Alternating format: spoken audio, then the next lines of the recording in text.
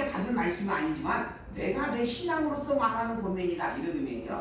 내 생각에는 이것이 좋으니 곧 임박한 관련을 인하여 사람이 그냥 지내는 것이 좋으니라.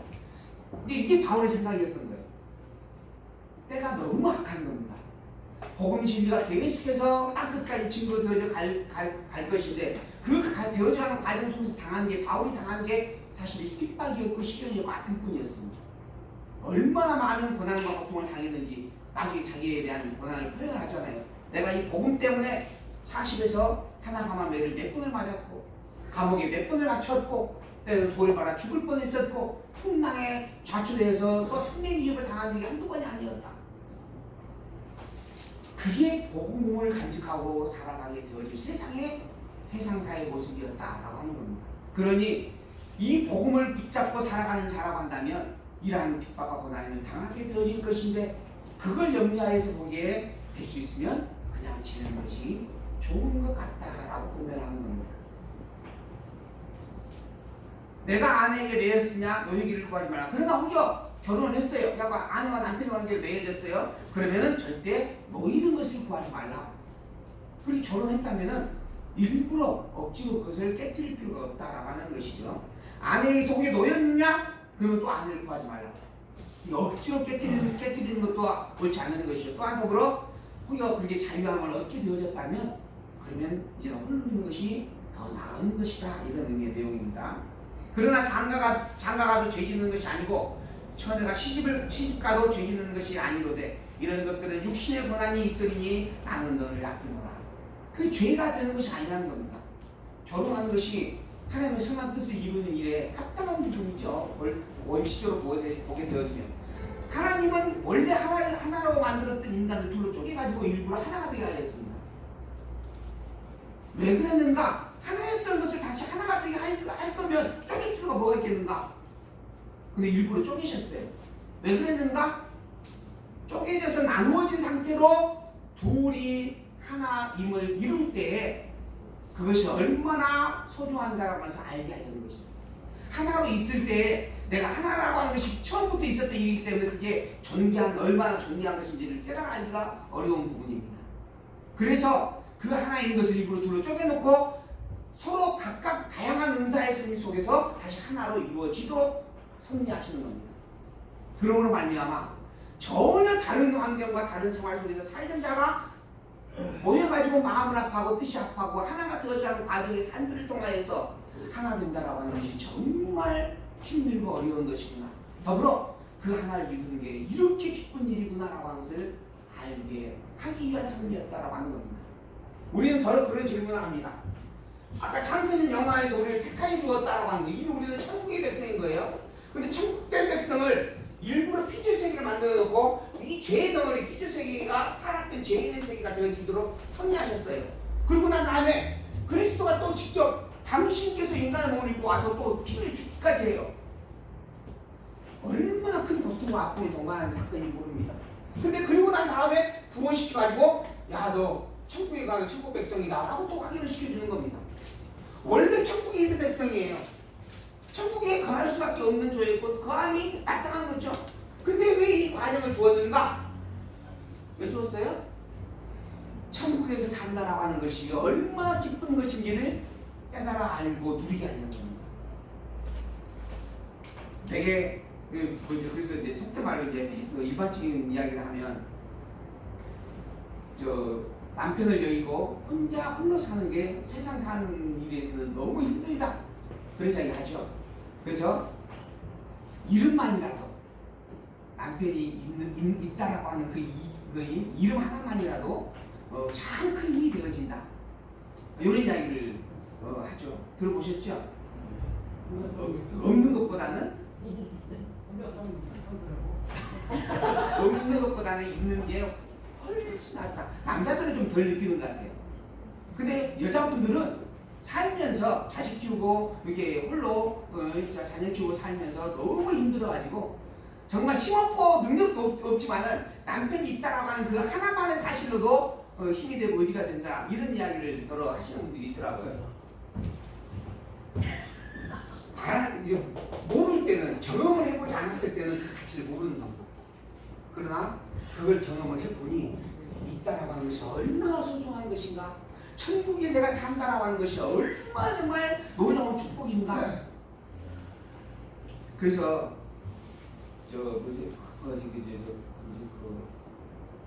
돈 많은 사람들 있잖아요. 사회에 돈 많은 사람들의 자녀들이 그 방탕한 범죄 활동을 참 많이 합니다.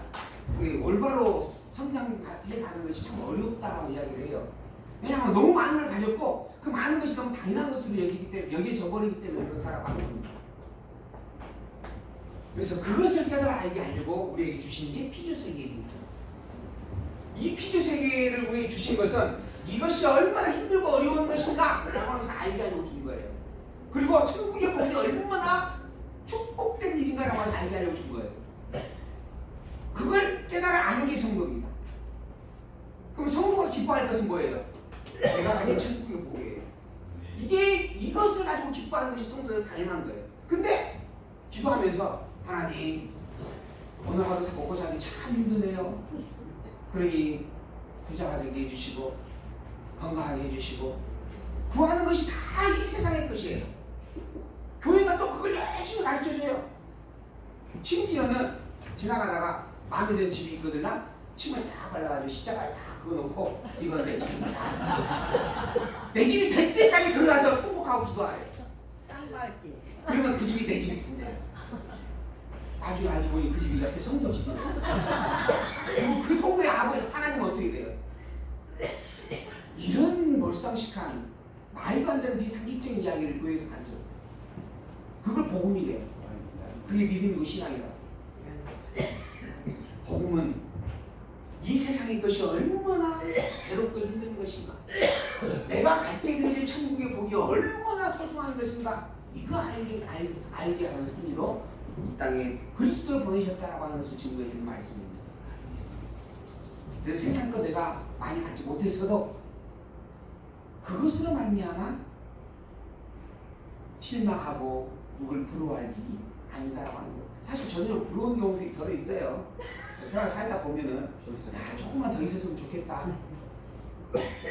그러나 그것은 내 삶의 현장 속에서 필요하기 때문에 이야기하는 부분들이고 본질적으로 성도로서의 이야기하는 게 아닙니다.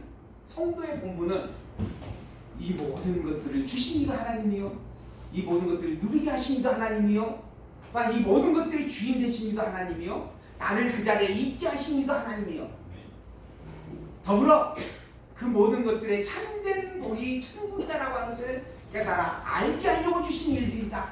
이걸 기억하고 사는 게 성도의 본분이다. 그러니 장가가는 것도 시집가는 것도 죄가 아니고 얼마든지 누릴 수 있는 섭리들이다. 그러나 할 수만 있으면 때가 가니 혼자 있는 것이 좋다라고 나는 생각한다. 이게 이제 바울의 본면이다라고 하는 부분입니다. 29절 형제들아 내가 이 말을 하노니 때가 단축하여지는 거로 이후부터 안에 있는 자들은 없는 자같이 하며 우는 자들은 울지 않는 자같이 하며 기쁜 자들은 기쁘지 않는 자같이 하며 매매하는 자들은 없는 자같이 하며 세상 물건을 쓰는 자들은 다 쓰지 못하는 자같이 하라. 이 세상의 행적은 지나가니라. 갑자기 이상한 말을 합니다. 때가 단축이 됐대요. 이 때가 단축이 됐으니 이제는 있는 것도 없는 것처럼 남편도 안 해도 없는 것처럼 그러면서 생활을 하는 것이 옳다, 이게 맞다, 이런 부분에 대한 이야기가 되어지는 거예요. 과연 이 때가 단축됐다고 하는 것은 무엇을 의미하는 것인가? 그건 있는데 없는 것처럼 여기는 것은 또 어떤 것인가? 그 무슨 의미의 이야기인가? 이게 지금 직접적으로는 바울이 살고 있는 그 당시 시대에 얼마 안 있으면 교회를 향한 어마어마한 핍박이 올 것에 대한 예고의 말씀입니다. 그게 무엇이냐 하면 역사적으로 보면은 64년에 로마의 화재가 발생합니다. 네로 황제가 로마 주변을 불태워버립니다. 그 유대인이 불질렀다 해가지고 유대인을 아주 학살을 해버리거든요. 그런 놀라운 아픔의 사건이 있습니다. 그리고 그걸 빌미 삼아서 AD 70년에 로마가 군대를 대동을 해가지고 예루살렘을 짓밟아버립니다. 성전을 완전히 돌이 돌 하나 남지 않냐고 다 무너뜨려버립니다. 그래서 예수께서 살아계실 때 그 이야기를 해요. 그 성을 바라보면서 제자들이 이야기하고 참 웅장하고 아름다운 성이죠. 예수님께서 저 무너진다. 그리고 3일 만에 내가 진짜 참 성경을 지은 것이다. 그 이야기 하잖아요. 그 예루살렘 성경에 눈을 끄스 된 이야기를 하신 말씀입니다.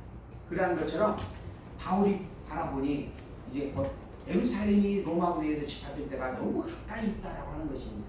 그러니 이제는 그 환란을 대비할 필요가 있다. 이런 의미에서 보면을 해주고 있는 말씀이에요. 근데 어떤 학자들은 이걸 가지고 하나님께서 이 세상을 승리하시는데 보이죠? 아브라함 2000년이잖아요. 2000년 전입니다. 2000년. 그리고 난 다음에 예수님께서 오셨어요. 그리고 난 다음에 지금 현재 우리가 살고 있는 것이 21세기에 지금 2020년이죠. 2000년입니다. 그래서 그러고 나서 이제 예수님께서 이제 재림하시고 종말이 온다라고 하는 부분이에요. 자, 여기에서 2000년, 여기에서 2000년, 그리고 여기가 얼마인지는 알 수 없지만은 2000년이 될 것이다. 이런 이야기 있습니다. 그런가요? 2000년. 그리고 우리가 살고 계신 시가 2000년. 이제 6000년설이에요. 6000년. 그리고 이 2000년이 이르기 전에 예수님께서 오신다. 이런 이야기가 있었습니다. 그리고 예수님께서 재림한다라고 하는 부분의 그 날짜를 가지고 1980년에 아주 대혼란 사건이 있었죠. 우리나라에서도 다미선교회라 해가지고 하얀 한복을 다 빼입고 그리고 내게 가지고 있는 금바지 다 주변 형제들이 다 나눠주고 나는 이제 곧 출가할 것이다 이러면서 기다렸던 그런 어떤 무리들이 있었어요.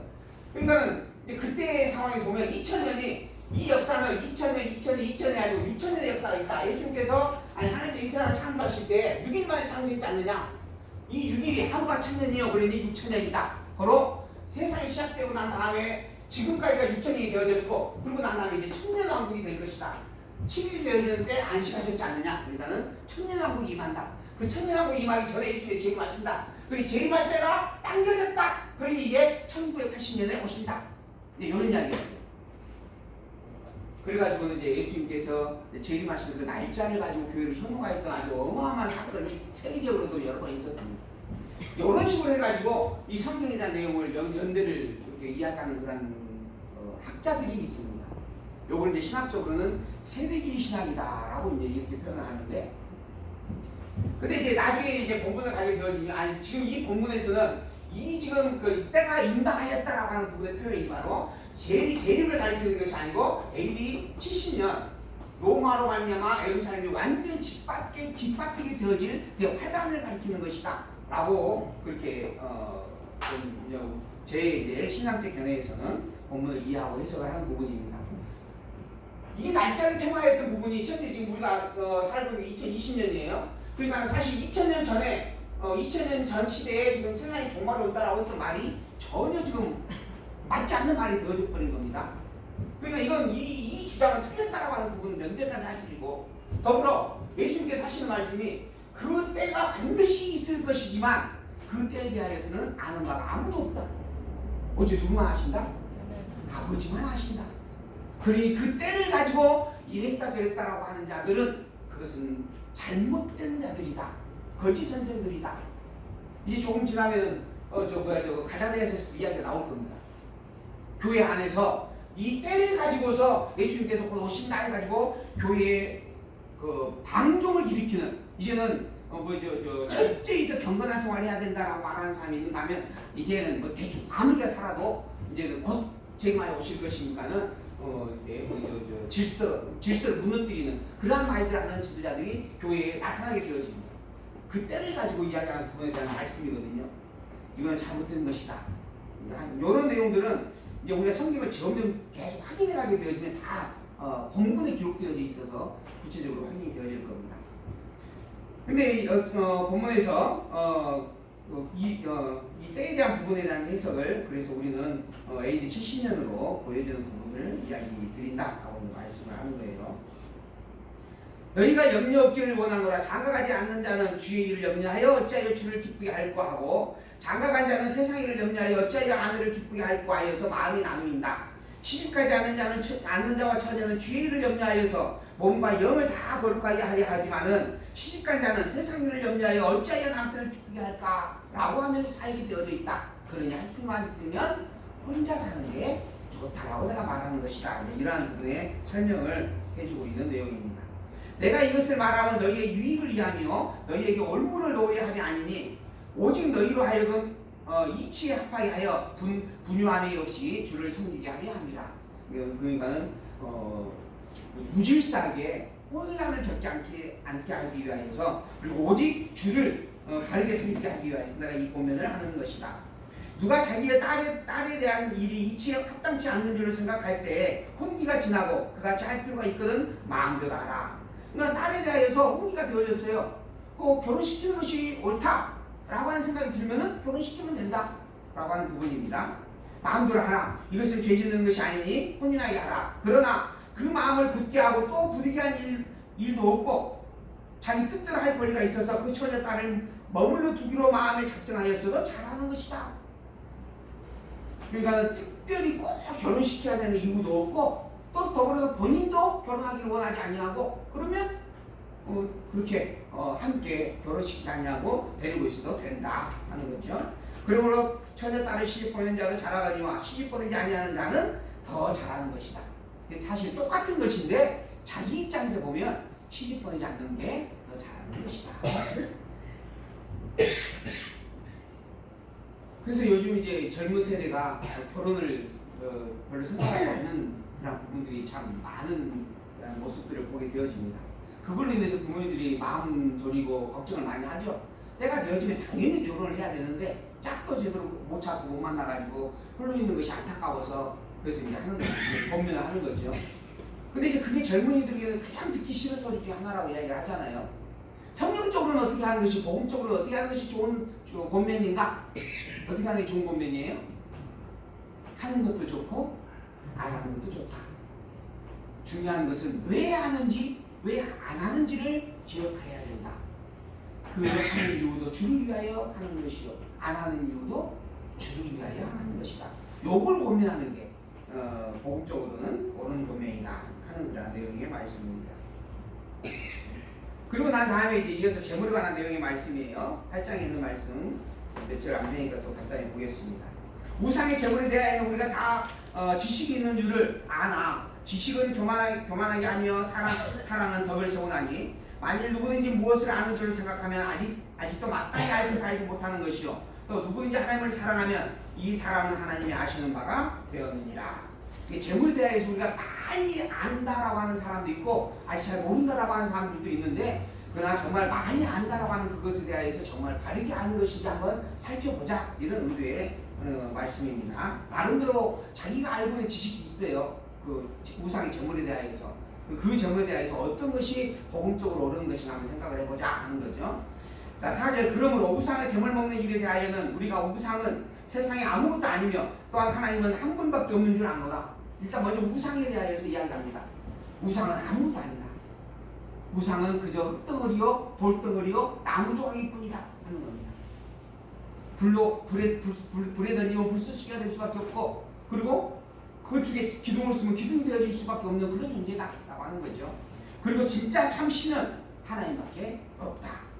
비록 하늘에나 땅에나 신이라고 칭하는 자가 있어서 많은 신과 많은 주가 있어요.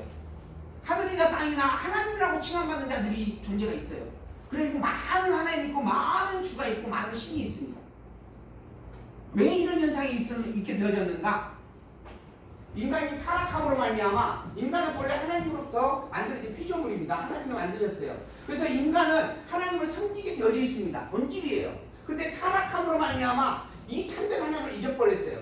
그런데 본질 속에 하나님을 섬기어야 되는 본질은 그대로 남아있는 겁니다. 그래서 끊임없이 하나님을 찾아요. 눈에 보이는 어떤 것이라도 하나님의 일을 소망하면서 매달려 의지하려고 애를 쓰는 겁니다. 근데 그 모든 것들이 다 참 하나님이 아닌 거예요. 참 하나님이 아닌 그것을 뭐라 하냐면 우상이라고 그래요. 우상은 다른 게 아니에요. 진짜 참 하나님이 아닌데 하나님이라고 칭하는 거예요.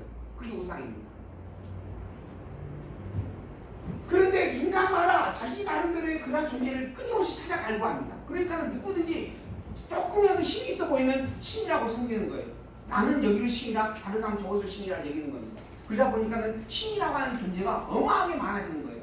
그래서 이 본문에 하는 말이에요. 많은 신과 많은 주가 있게 되어진 겁니다. 근데 이 모두가 다 신도 아니고 주도 아닙니다. 그저 우상일 뿐입니다. 인간이 스스로 신이라고 만들어서 칭하였을 뿐입니다. 오직 하나님은 참 하나님, 신이라고 칭함받을 수 있는 하나님은 한 분밖에 없어요. 그분이 창조주인 여호와입니다. 그분 외에 모든 신은 인간이 만들어낸 존재이고 인간이 망령되이 하나님을 향하여서 부를 이름을 망령되이 일컫고 있는 상태였다라고 하는 부분입니다. 우리에게는 한 하나님 곧 아버지가 계시니 만물이 그에게서 났고 그로 우리도 그를 위하며 또한 한 주 예수 그리스도께서 계시니 만물이 그로 말미암았고 우리도 그로 말미암느니라. 오직 우리에게는 하나님 한 분밖에 없고 그리스도가 한 분밖에 없다 하는 거예요. 그러나 이 지식은 사람마다 가지지 못하여 어떤 이들은 지금까지 우상에 대한 습관이 있어서 우상의 제물로 알고 먹는 거로 그들의 양심이 악하여지고 더러워졌느니라. 우상을 섬기면서 신을 섬기는 마음으로 그 음식을 먹고 나누었어요. 음복이라고 그러죠. 음복. 이것이 바로 스스로 자기를 악하게 만드는 일이었고 상하게 만드는 일이었다라고 하는 더럽히는 일이었다. 식물이라고 하는 것은 우리를 하나님 앞에 식물은 우리를 하나님 앞에 세우지 못하나니 우리가 먹지 아니하여도 부족함이 없고 먹어도 풍족함이 없느니라. 그런즉 너희 자유함이 약한 자들에게 거치는 것이 되지 않도록 주의하라. 우상의 재물을 가지고 그렇게 먹으면서 내가 신과 자기가 성의 신과 하나가 되어졌다라고 그렇게 여기는 것이 인간사의 모습이었다라고 하는 거죠. 그러므로 우상의 재물을 바라보는 사람마다 저거 우상의 재물을 먹음으로 자기를 신격하는 일인데 자기의 몸을 더럽히는 악한 일인데 이거 하나님을 믿고 섬기는 자에게서는 전혀 잘못된 것인데 이런 생각을 갖고 있는 이들이 당연히 있는 겁니다. 사실 그 음식은 그저 먹는 존재일 뿐입니다. 그저 우리가 먹는 밥이고 떡이고 빵일 수밖에 없는 거죠. 근데 그걸 먹는 그 일을 바라보면서 우상 일을 바쳐가지고 우상과 함께 되는 일인데라고 여기는 사람이 있는 것이죠. 그래서 그런 사람들 앞에서는 사실 그 먹는 것으로 말미암아 우리가 하나님 앞에 서지는 못하는 부분이고 또한 우리가 먹지 아니하여도 부족함이 없고 먹어도 풍족해지는 것이 아니다. 그러니 굳이 그것을 꼭 먹어야 될 이유는 없지 않느냐라고 하는 거죠. 더불어 중요한 것은 너희의 그 자유함이 약한 자들에게는 거치는 것이 되지 않도록 조심하라. 그것이 우상의 제물임을 알고 우상과 함께 되어지는 스스로 악을 행하는 일이라고 여기는 자들 앞에서 행함으로 말미암아 그의 거치는 것이 되지 않도록 조심해야 된다. 지식이 있는 내가 우상의 집에 앉아 먹는 것을 누구든지 보면 그 약한 자들의 양심이 감력을 얻어 어찌 우상의 제물을 먹게 되지 않겠느냐. 우상의 제물을 먹고 있는 모습을 보면서 저거 잘못된 것인데 라고 말하는 사람도 있지만 더불어 먹어도 되는구나 하면서 자기의 믿음의 분량으로 쓰는 우상의 제물이라고 하는 것을 염두에 두고 있으면서도 불구하고 자연스럽게 또 먹어지는, 그래서 스스로 우상의 제물임을 알고 먹는 죄를 범하는 그런 상태가 이룰 수도 있다라고 하는 거죠. 결국은 어린 자들을 위하여 그 우상의 제물을 먹지 않음이 옳다 이렇게 말씀을 하고 있는 내용입니다. 그러면 내 지식으로 그 약한 자가 멸망하는 것이죠. 그는 그리스도께서 위하여 죽으신 형제다. 그리스도가 핏값으로 산 자라고 하는 겁니다. 이같이 내가 그 형제에게 죄를 지어 그 약한 양심을 상하게 하는 것이 곧 그리스도에게 죄를 짓는 것이니라. 그러므로 만일 식물이 내 형제로 실족하게 하면 나는 영원히 고기를 먹지 아니하여 내 형제를 실족치 않게 하리라. 우상의 제물입니다. 그것이 우상의 제물이든 아니든 하나님 앞에서 하나님의 믿음을 가지고 있는 나에게는 아무 의미가 없습니다. 우상의 제물로서의 두려움이 아니라 그저 하나님께서 주시는 것을 헛되이 헛된 것을 썼다라고 하는 부분이고, 그래서 아무 그런 것이 나는 담대히 믿음으로 먹을 수 있다라고 하는 겁니다. 그리고 믿음으로 먹음으로 그것이 결코 죄가 되지 않는 일입니다. 그런데 그걸 믿음으로 아직 감당하지 못하는 어린 성도가 반드시 있습니다. 그렇다고 한다면 혹여나 그러한 이들이 나의 행위를 통하여서 신앙의 잘못된 길을 갈 수 있을 것을 염려하여서 오히려 그것을 먹지 않는 것이 하나님을 아는 자의 참된 모습이다. 왜? 성도란 하나님의 백성으로서 함께하는 그리스도의 몸된 지체이기 때문에 그렇다라고 하는 거예요. 내 몸의 한 부분을 병들게 만드는 일이 된다라고 하는 겁니다. 더더구나 그 형제는 예수님께서 십자가에 못 박혀 피 흘려 죽으심으로 말미암아 생명의 값을 지불하고 산 자입니다. 그걸 안다면 어찌 그 앞에서 나의 신앙만을 드러내며 내 마음대로 행할 수 있겠느냐라고 하는 거죠. 내 신앙을 그에게 올바로 가르치기 위해서 참고 견디고 인내하고 섬길 수 있는 부분이 마땅한 일이다라고 하는 겁니다. 이게 신앙이다라고 하는 거예요. 복음을 바르게 아는 자의 모습이다라고 하는 겁니다. 내 믿음이 아무리 강하다 할지라도, 그래서 난 아무 것이라도 다 꺼리낌 없이 다 할 수 있는 일이 된다라고 할지라도 그 모든 것이 다 유익된 것은 아닙니다. 그 모든 것들은 다 사랑 안에서 이루어져야 할 수고요, 희생요, 봉사가 된다는 거지. 아까 말씀드렸죠. 주 안에서 피차 복종하는 자, 복종하는 삶, 이게 성도의 삶이다라고 하는 겁니다. 나를 위한 삶이 아니고 내 믿음이 크다라고 해서 드러내기 위해서 사는 삶이 아니고 그리스도의 복음을 온전히 하기 위하여 어린 성도를 섬기고 다른 지체를 섬기며 사는 종된 삶을 사는 게 성도의 참된 생활이다라고 하는 것입니다. 그러므로 말미암아 식물이 내 형제를 실족하게 한다고 한다면 나는 영원히 고기를 먹지 않겠다라고 바울이 이야기를 하고 있는 것입니다. 인간은 살며 생활하고 기동하고 살아가는 존재입니다. 그러한 삶의 현장 속에서는 그 중심된 푯대가 있습니다. 어떤 이는 인본주의적 푯대를 가지고 살고 어떤 이는 하나님 중심의 신본주의적 푯대를 가지고 살아갈 것입니다. 성도는 그 하나님을 중심과 푯대에 두고 사는 자입니다. 성도는 이미 그리스도의 터 위에 서 있는 자입니다. 그 터가 되어진 복음의 중심을 다시 한번 굳게 새기고, 그리고 그 푯대로 말미암아 고백되어지는 유일한 참 하나님의 여호와밖에 없다라고 하는 것을 분명히 기억하고 항상 어떤 곳에 서든지 그리스도의 사람으로 여호와의 백성으로 살아갈 수 있는 그런 존재가 되어지기를 간절히 소망합니다. 세상에는 수많은 존재가 삽니다. 그래서 수많은 신들이 존재합니다. 모두가 다 종교성을 가지고 여기도 신 저기도 신 나름대로의 신을 외치며 믿으며 살아가게 되어져 있습니다. 그러나 그 중에서 진정한 참된 신은 여호와밖에 없습니다. 오직 하나님만이 유일한 참 진리이십니다. 그 여호와 하나님이 당신의 여호와이신 하나님 그분만이 참 하나님을 알게 하려고 이 땅에 보내신 유일한 그리스도 대속주가 바로 예수님입니다. 그러므로 우리는 예수님을 그리스도 고백하고 그 예수님만이 그리스도라고 당당하게 외칠 겁니다. 그리고 예수 그리스도를 이 땅에 보내신 그 여호와만이 모든 만물을 창조한 유일한 참 주인이다라고 선포할 겁니다. 이게 우리의 복음에 합당한 신앙임을 다시 한번 분명하게 말씀을 드리고, 이 복음의 신앙이 우리 모두의 마음 중심 속에서 굳게 서기를 소망하면서 오늘 말씀을 마칩니다. 기도하겠습니다.